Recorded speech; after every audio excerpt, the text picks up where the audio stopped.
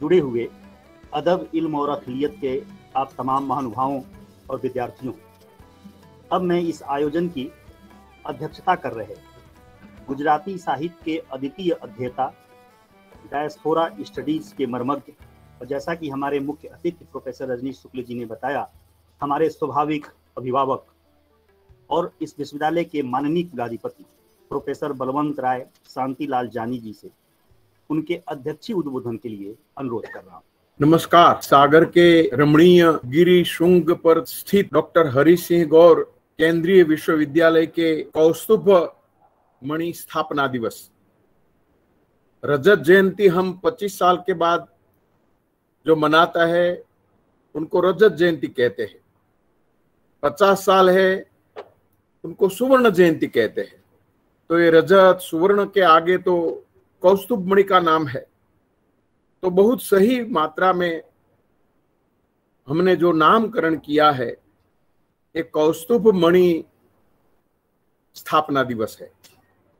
इस स्थापना दिवस पर अपने शैक्षिक विचार, अपने शैक्षिक स्वप्न और अपने शैक्षिक स्वानुभव, जिन्होंने राष्ट्रीय शिक्षा नीति के माध्यम से उनका सैद्धांतिक पक्ष, उनकी पूरी परंपरा और आज उनकी प्रस्तुतता क्या है, और उनको हमारे विश्वविद्यालय की शिक्षण संकल्पना के साथ जोड़कर जिन्होंने हमारे सामने प्रमुख वक्तव्य, प्रमुख अतिथि पद से दिया, ऐसे शिक्षा जगत के इतिहास, संस्कृति, तत्वज्ञान विषय में जिनका गहरा प्रदान है, ऐसे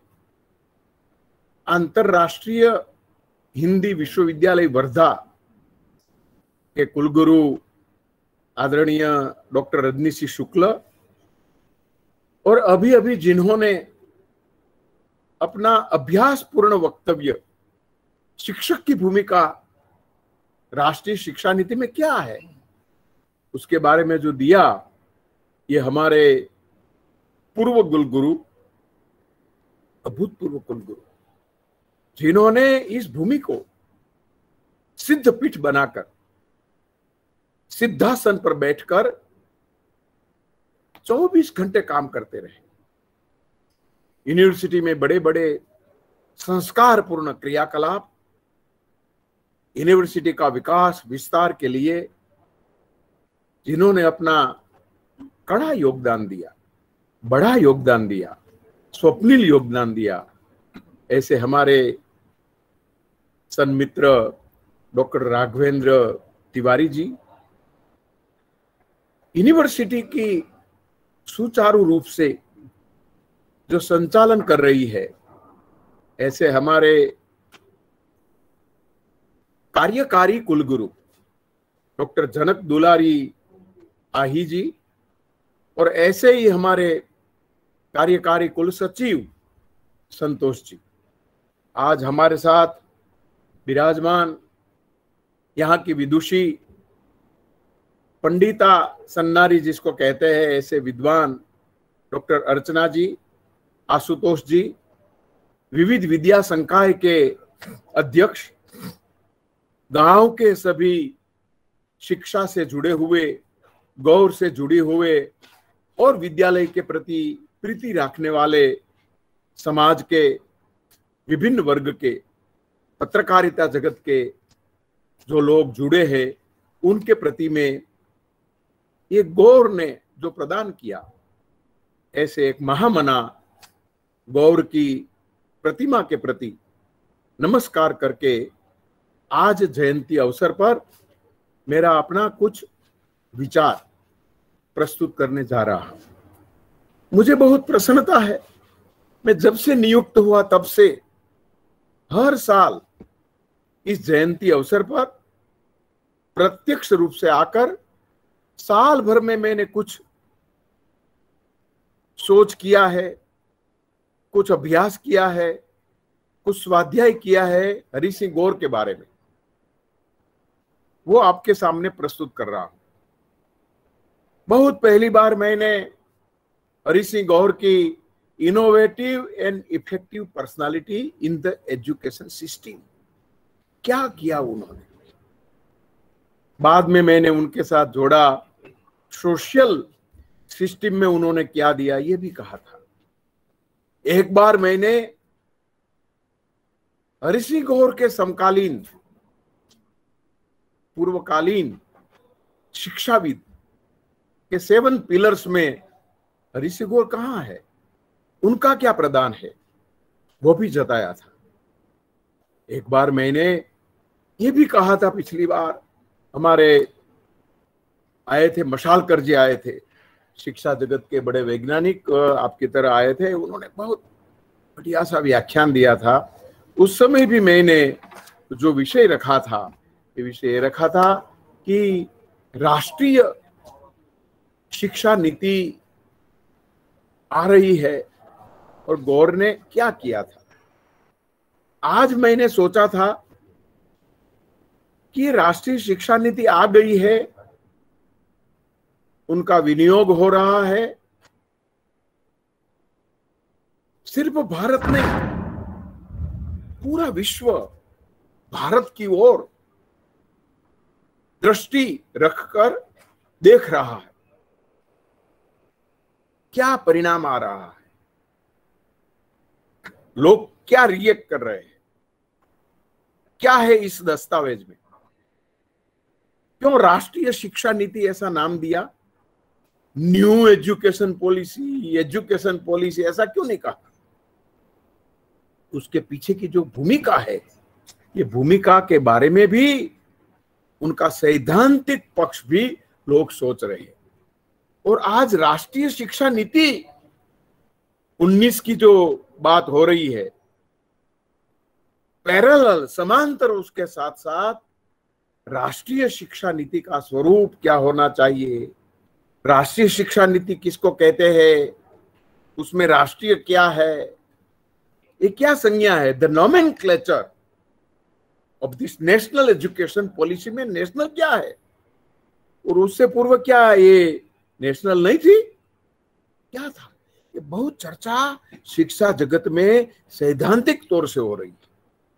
मैंने भी राष्ट्रीय शिक्षा नीति के बारे में बहुत पढ़ा भी था, बाद में भी पढ़ा, बहुत व्याख्यान भी दिए, लेकिन हरि सिंह गौर को सामने रखकर मैंने पिछले कुछ समय से पढ़ना शुरू किया था, देखना शुरू किया था, सोचना शुरू किया था। तो मेरे मन में ये राष्ट्रीय शिक्षा नीति का ड्राफ्ट देखा, ये राष्ट्रीय शिक्षा नीति के सभी एलिमेंट, सभी चैप्टर्स मैंने पढ़ा, उनके गहराई में भी गया, उनकी मेथोडोलॉजी के बारे में, एप्लीकेशन के बारे में, प्राप्ति के बारे में भी सोचा। फिर मैंने पुनः हरि सिंह गौर द्वारा स्थापित ये विश्वविद्यालय का ढांचा,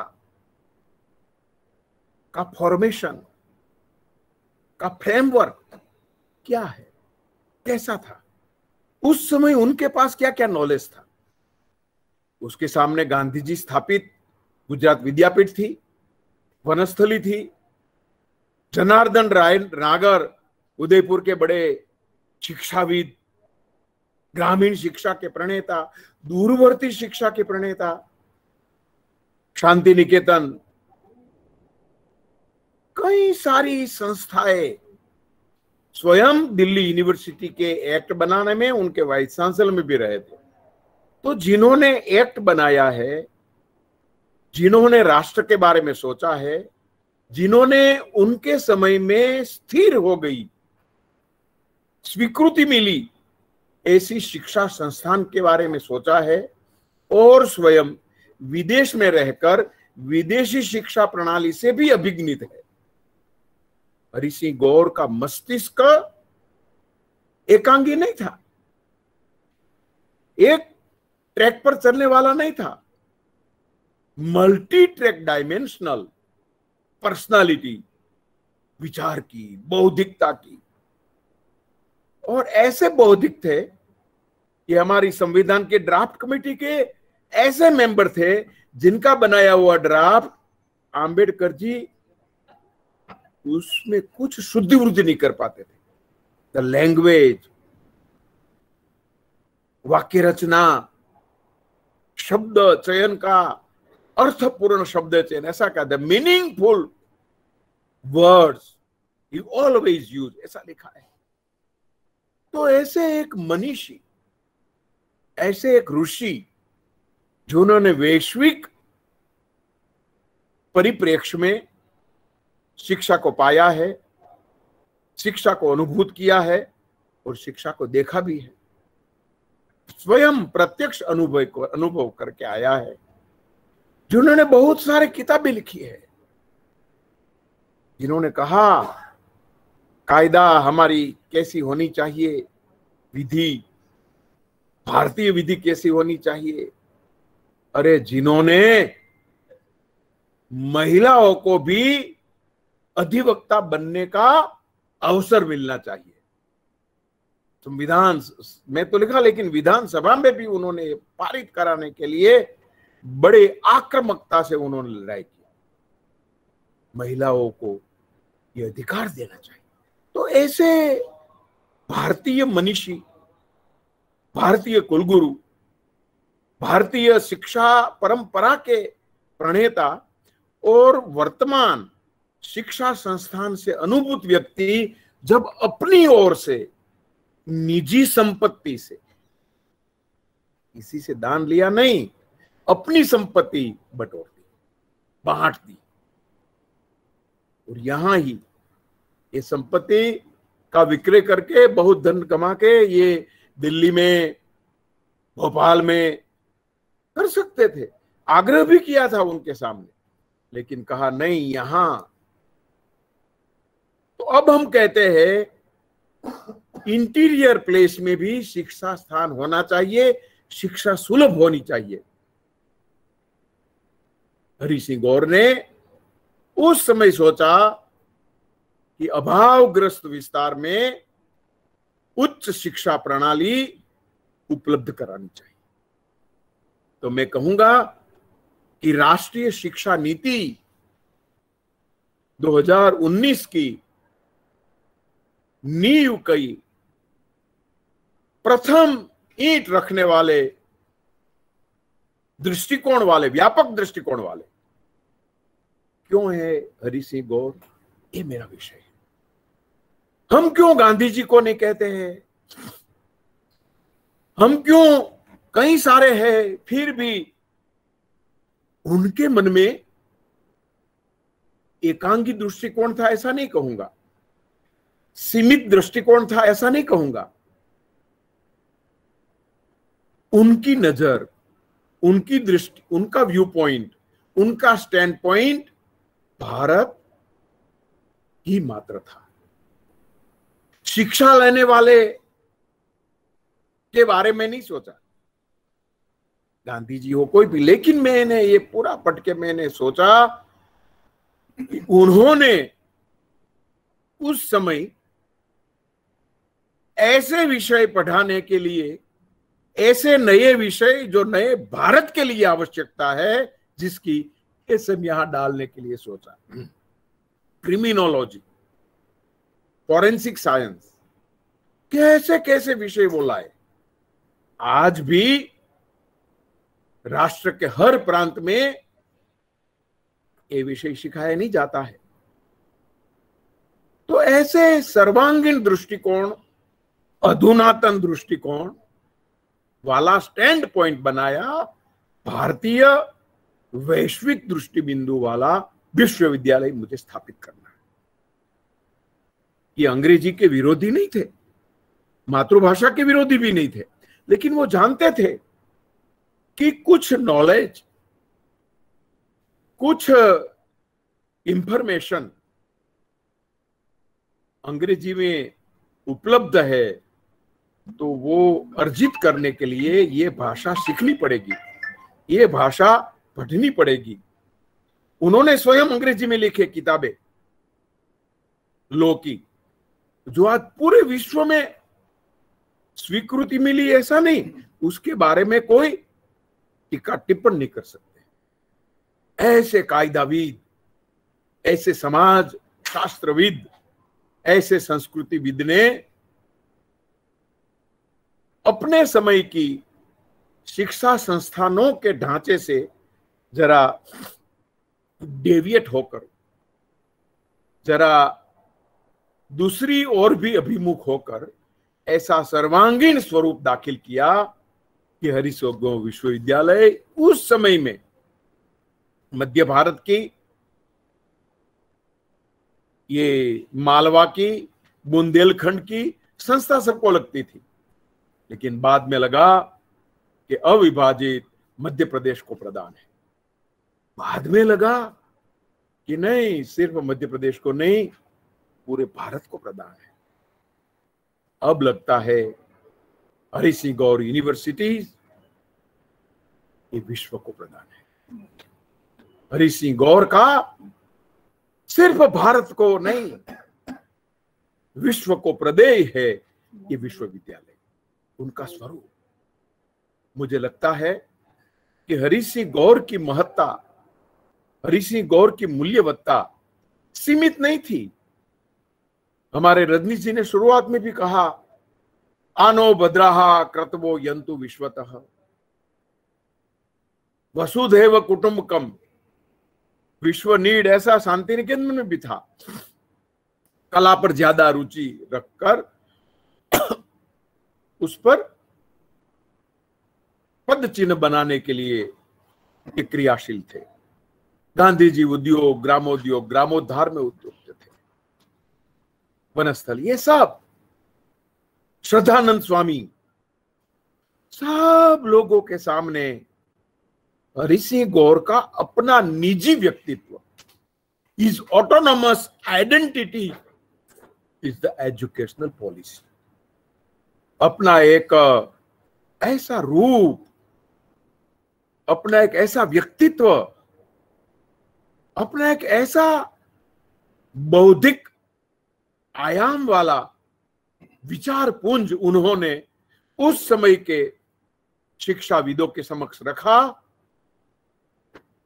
कुछ लोगों ने गांधी जी की एजुकेशन सिस्टम के बारे में चर्चा की है, आलोचना भी की है। उनके कार्यकर्ता किशोरलाल हो, कृपलानी हो, कोई भी हो, अस्पृश्यता, ये सब बारे में कहीं कुछ चर्चा हुई है।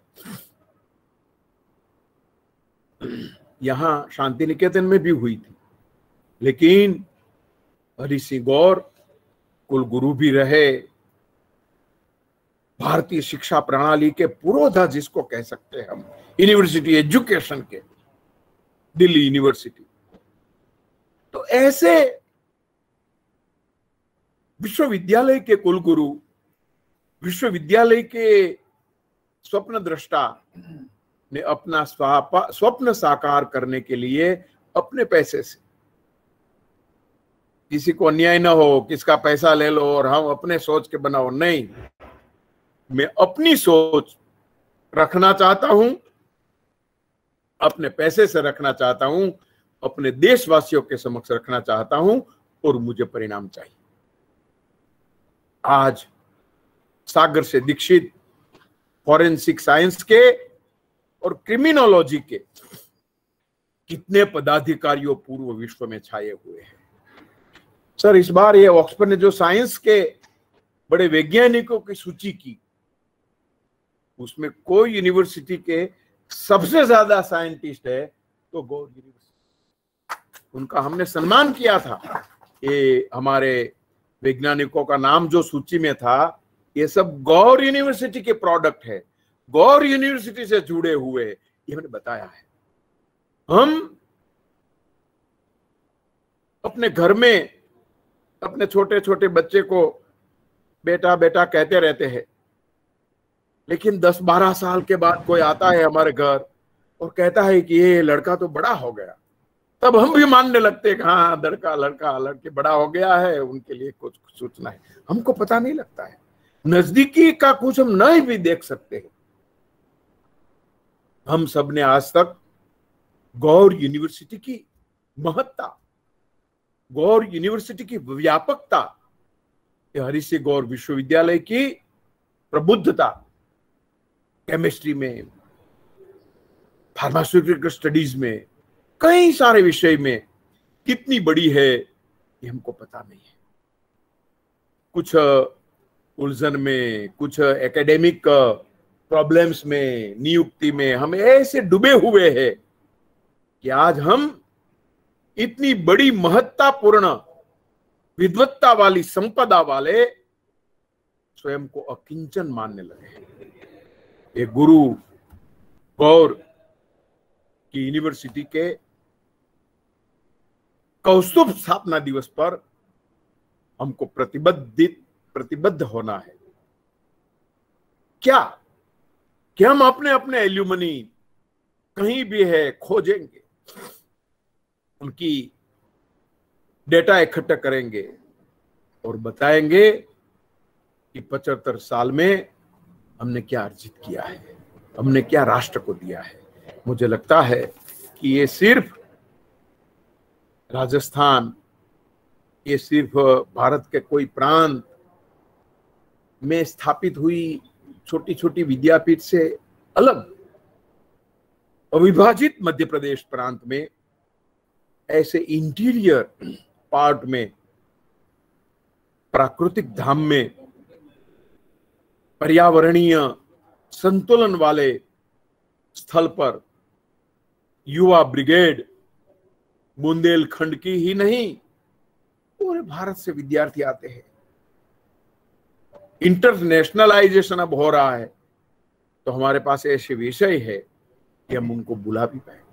हमको अवश्य उत्सव में शामिल होना है, लेकिन उत्सव मनाते समय हमको संकल्पबद्ध भी होना है कि हम यूनिवर्सिटी की गरिमा को लांछन नहीं लगाएंगे। हम ये यूनिवर्सिटी की गरिमा को बढ़ाने के लिए यूनिवर्सिटी का महत्तम जो बात है, महत्वपूर्ण विगत है, वो एकत्र करेंगे और न सिर्फ मध्य प्रदेश के सामने, न सिर्फ भारत के सामने, विश्व के सामने प्रस्तुत करेंगे। मेरे ख्याल से डॉक्टर हरि सिंह गौर को यही हमारी श्रद्धांजलि होगी, जो महामना ने अपना सब कुछ दे दिया है, स्वयं अकिंचन होकर, अपने वंशजों को अकिंचन बनाकर, उनको नहीं देकर हमको ये संपत्ति दिया है। ये संपत्ति का हम उपयोग कर रहे हैं, उपभोग नहीं कर रहे हैं। उनको बढ़ाकर हम ये राष्ट्र को देने के लिए कटिबद्ध है। मुझे बहुत अच्छा लगा ये अवसर पर थोड़ा गौर का प्रदान, गौर की सोच और गौर की प्राप्ति इस समय आपके सामने प्रस्तुत कर पाया। और बहुत सही ढंग से हमारे दोनों पूर्व वक्ता ने, जो शिक्षा जगत के, भारतीयता के बड़े आलोचक ही नहीं, समालोचक ही नहीं, स्वाध्याय संपन्न है। उन्होंने सही कहा कि नवजागरण, पुनर्जागरण, ये शब्द हमको समझना चाहिए। ये क्या है नया भारत, ये संकल्पना भी उन्होंने हमारे सामने स्पष्ट की। मुझे बहुत अच्छा लगा कि ऐसे कोरोना के पीड़ित समय में, पीड़ादायक वातावरण में हमने प्रसन्नता मिले ऐसा एक कार्यक्रम संपन्न किया। हम कह पाएंगे कि हमारी यात्रा केओस टू कॉस्मोस है। पीड़ा से प्रसन्नता भरी हमारी जो सफर है, उसमें सम्मिलित सबके प्रति मेरी शुभ भावना प्रस्तुत करके मेरे विचार को विराम देता हूं और हरि सिंह गौर की दिव्य आत्मा को नमन करता हूं। नमस्कार। भारत माता की जय। धन्यवाद सर, आपके इस प्रेरक वक्तव्य के लिए आपका बहुत आभार। निश्चित रूप से आपकी उपस्थिति से हमें साहस मिलता है और आपके विचारों से हमारा उत्साह बढ़ता है। सामान्य महानुभावों, आज का यह आयोजन आप तक गूगल मीट और यूट्यूब के माध्यम से पहुंच रहा है। इसे आप तक लाइव पहुंचाने में हमारे विश्वविद्यालय का IT सेल, प्रोफेसर दिवाकर शुक्ल और उनकी पूरी टीम, डॉक्टर अनुराग श्रीवास्तव जी, EMRC के निदेशक डॉक्टर पंकज तिवारी जी और उनकी पूरे टीम की विशेषज्ञता और श्रम की बड़ी भूमिका है। आप सभी के प्रति मैं इस मंच से हार्दिक कृतज्ञता ज्ञापित करता हूँ। सम्मानीय महानुभावों, अभी तक आप गद्य की रमणीयता में विचर रहे थे। अब मैं आपको ले चलता हूँ नृत्य संगीत की रस्में दुनिया में, जहाँ डॉक्टर राकेश सोनी और उनके विद्यार्थी आपकी प्रतीक्षा कर रहे हैं। ओवर टू स्वर्ण जयंती सभागार। मैं 2 शब्द भी चाहूंगा कि हमारे आदरणीय हम कलाकारों के लिए, और मैं तो चाहूंगा कि समापन की जो अंतिम कड़ी भी आपसे ही आज की हो। सुबह से जो भी कार्यक्रम चल रहा है, मैं आदरणीय रजनी शुक्ला जी से अनुरोध करूंगा, जो हमारे वीसी साहब हैं, कि वो समापन की एक परंपरा वोट ऑफ थैंक्स की रहती है, वो तोड़ते हुए एक जो कल्चरल की होती है, सांस्कृतिक की, जो हमारा बड़ा व्यक्ति हमारे बीच उपलब्ध होता है, आदरणीय चांसलर साहब हमारे बीच में, आप 2 शब्द बोलकर आज के कार्यक्रम का समापन करें।